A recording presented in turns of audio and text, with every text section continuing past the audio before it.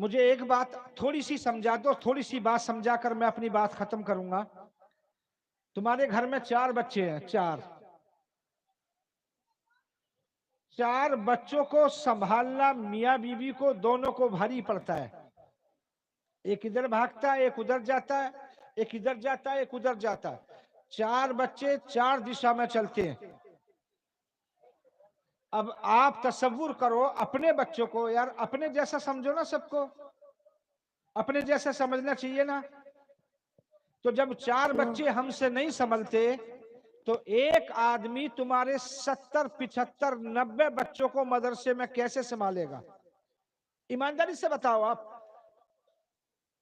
ایمانداری سے.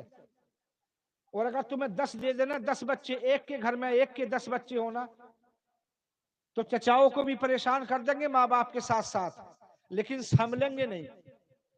اور ایک امام 90 80 بچوں کو سنبھالنا، ان کو پڑھانا، ان کی آپس کے جھگڑے کو ختم کرنا. دیکھو ہر کام کا ایک طور طریقہ ہوا کرتا ہے. طور طریقہ یہ ہم بھی جانتے ہیں کہ 90 بچوں کو یہ سنبھالیں گے یا پڑھائیں گے، انہیں چپ کریں گے یا سبق دیں گے.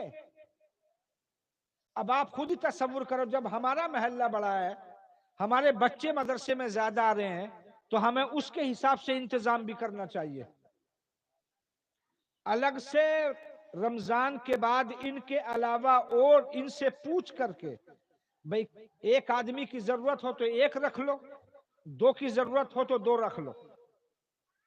آپ رکھو، تنخواہ ان کو ہم دیں گے. یہ ذمہ داری تمہاری ہے. ان کا کام ہے رکھنے کا، تمہارا کام ہے اس کا اخراجات کا تنخواہ دینے کا. اور تنخواہ دینا کوئی بڑی بات نہیں. اتنے بڑے محلے میں 10 روپے روز اگر گھر سے نکال لینا اور 10 روپے کے 2 گٹکے کم کر دو، بس کچھ بھی نہیں ہے.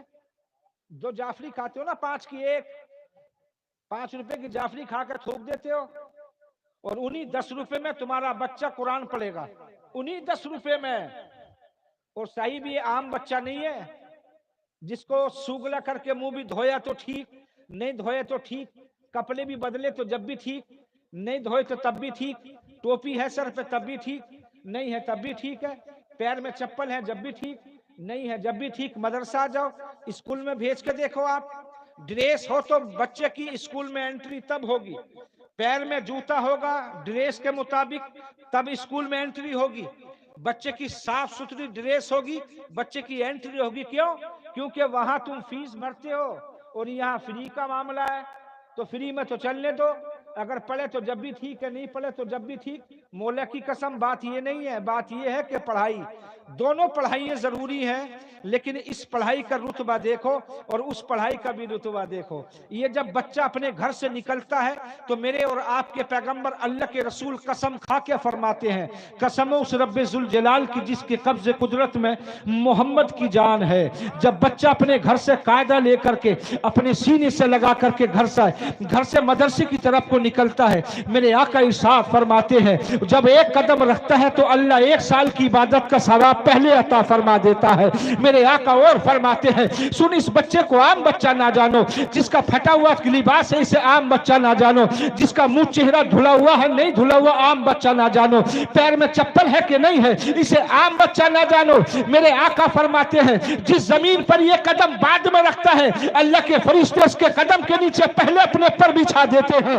میرے آقا فرماتے ہیں اے لوگوں سنو، یہ عام بچہ نہیں ہے جب تک یہ گھر کو نہیں آتا ہے، یہ خدا کی پناہ میں رہتا ہے، اور جس زمین پر چلتا ہے اس بچے کے لیے زمین مغفرت کی دعا کیا کرتی ہے، مغفرت کی دعا کرتی ہے.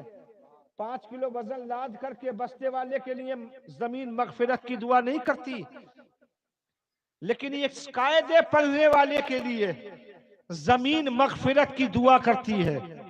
زمین صاحب اس پڑھائی کے بڑے مرتبے ہیں.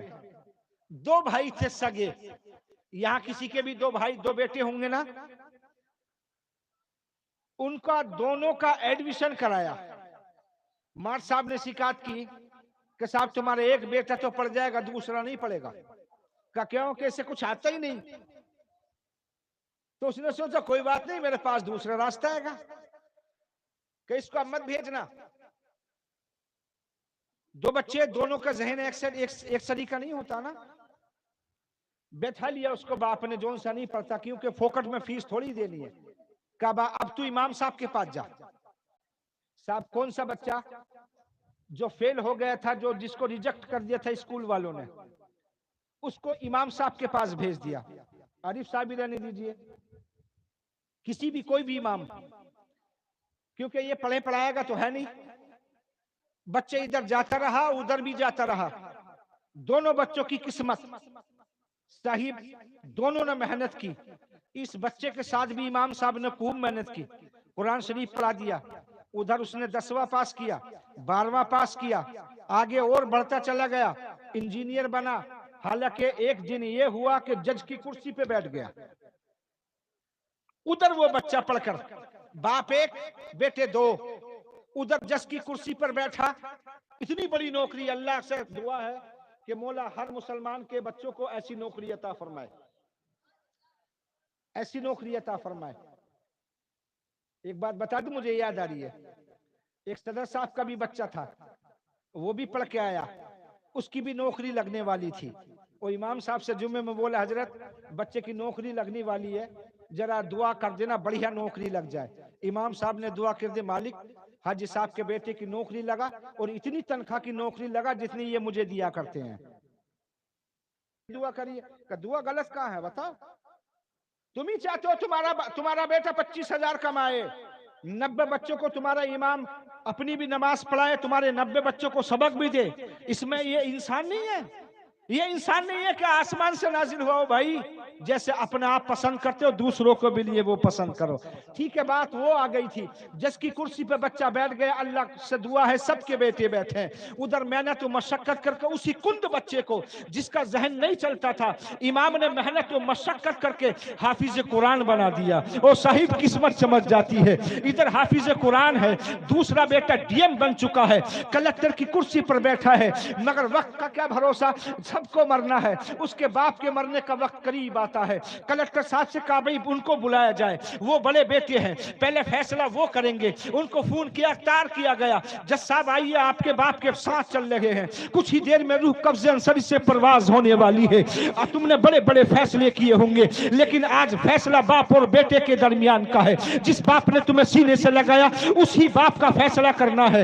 کا کیسا فیصلہ ہے کہ فیصلہ یہ ہے، باپ کی روح نکل رہی ہے، اس روح نکلنے میں کچھ آسانی فرما دیجئے.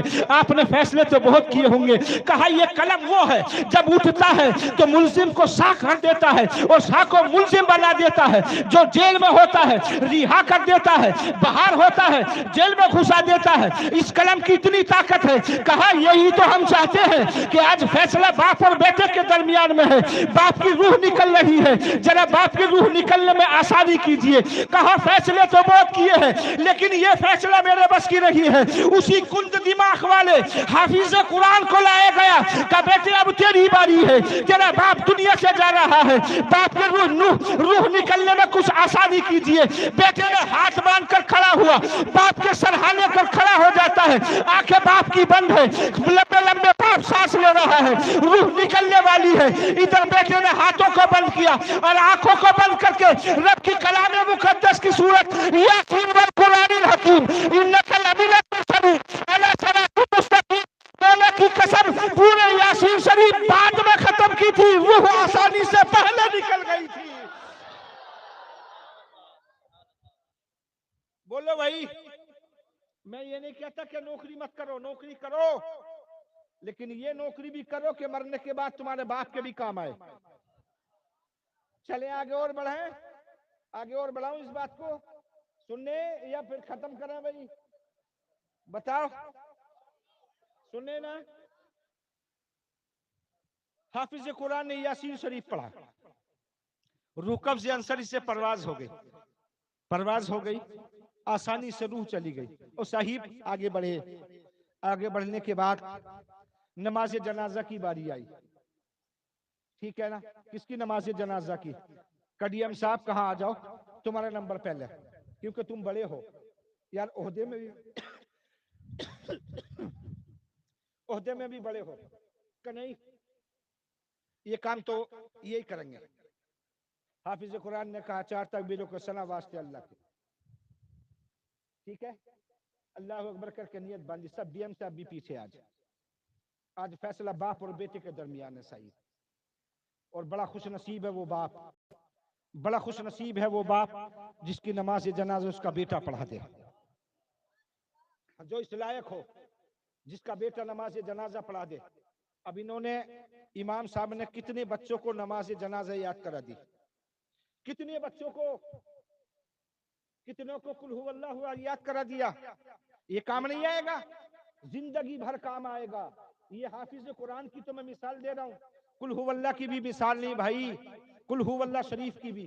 جب یہ کوئی ان کے والد یا کوئی ان کے عزیز و اقربا مر جائیں گے نا, یہی 3 بار قل ہو اللہ قبر پر کھڑے ہوں گے, اور اگر کچھ نہیں آتا تو 3 مرتبہ قل ہو اللہ احد پڑھنے کے بعد ہی ہاتھوں کو اٹھائیں گے, مالک جو میں نے پڑھا اپنی بارگاہ میں قبول فرما. صاحب قبر میرے چاچا, میرے دادا, میرے بابا جو بھی دنیا سے چلے گئے ہیں, ان کے ارواح پاک کو پیش کرتا ہوں, قبول فرما لے.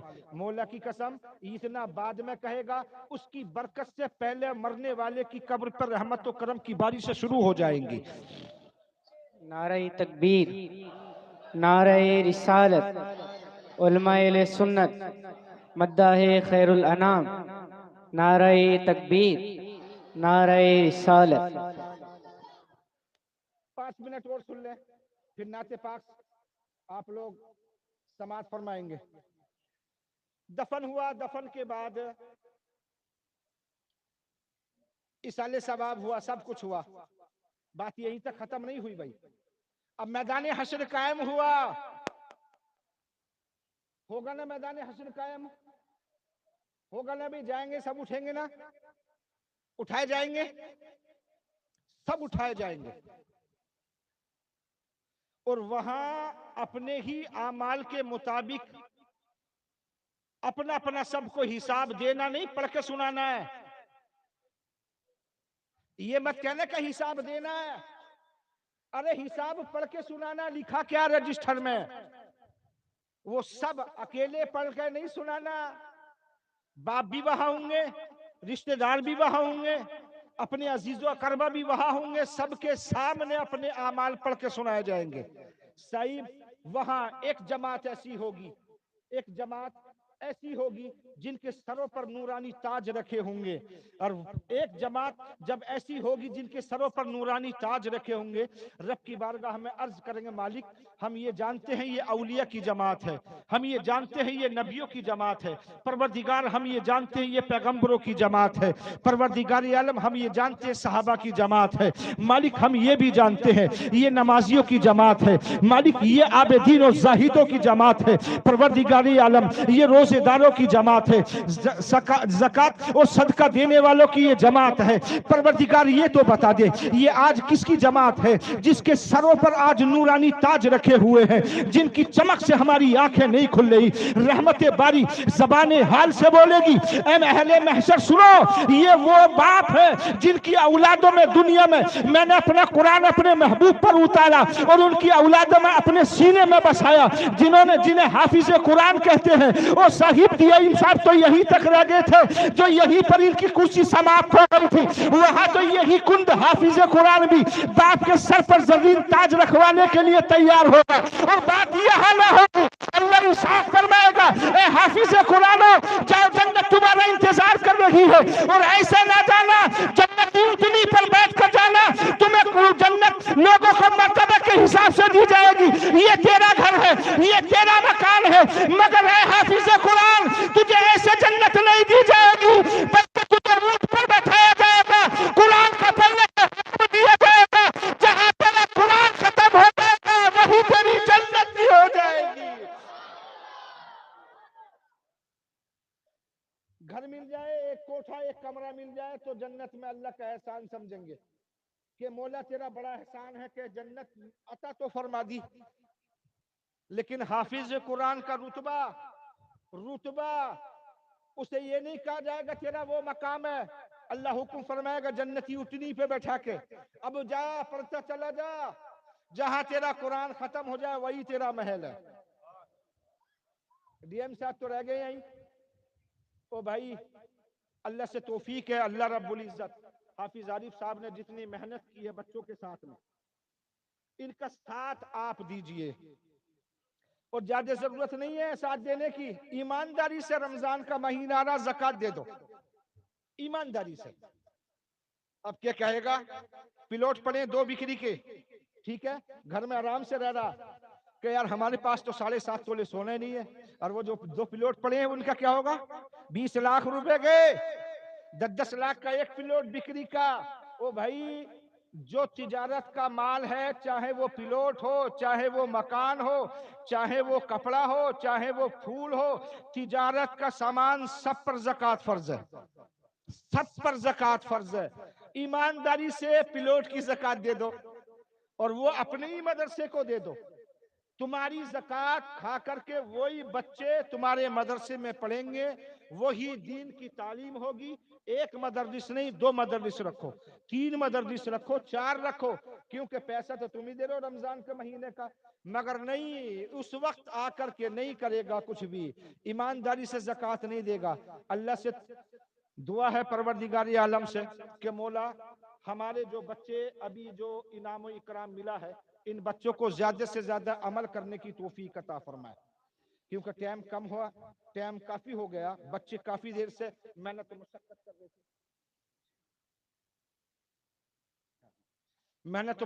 کر رہے تھے, اور حافظ عارف صاحب کی بھی محنت آپ کے سامنے آ گئی. جملہ کمیٹی بھی اس کے مبارکباد ہے, وہ بھی ان کے کاندھے سے کاندھا لگا کے کھڑے ہوں, اور وہ بھی ان کا ساتھ دیں, اور اپنے بچوں کا بھی دھیان رکھے. ان کا سب سے زیادہ دھیان رکھے, اتنا اپنے بچوں کا دھیان رکھے, اتنا امام کا دھیان رکھے. جب امام کا دھیان نہیں رکھو گے, میں نے تمہیں پہلے ہی بتا دیا, 4 بچے اپنے نہیں سنبھلتے, یہ تو 90 کو سنبھال لے.